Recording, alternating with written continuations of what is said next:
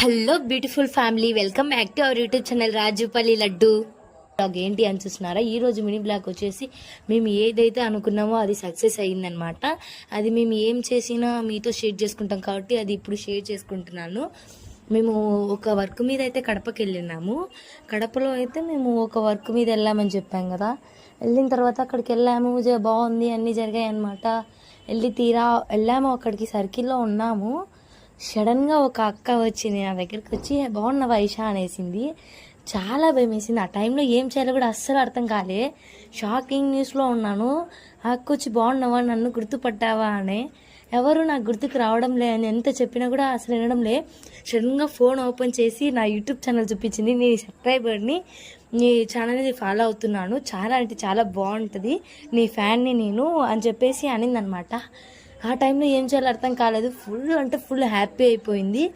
మళ్ళీ నాతో మాట్లాడిందే కాకుండా మళ్ళీ మా ఫ్యామిలీ వాళ్ళతో అందరితో మాట్లాడింది అనమాట. ఒక ఫ్యామిలీ మెంబర్ లాగా మంచిగా రిసీవింగ్ అని మంచిగా మాట్లాడింది అనమాట. నాకు చాలా అంటే చాలా హ్యాపీ అయింది. నేను ఏదైతే కోరుకున్నామో నేను మా ఫ్యామిలీ అదే దొరికిందనమాట నాకు.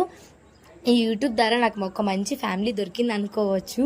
అండ్ అలా జరిగింది కదా. మళ్ళీ మా మమ్మీ దగ్గరికి వచ్చి, బాగున్నారా ఆంటీ అనేసింది. మా మమ్మీ కూడా గుర్తుపట్టలే.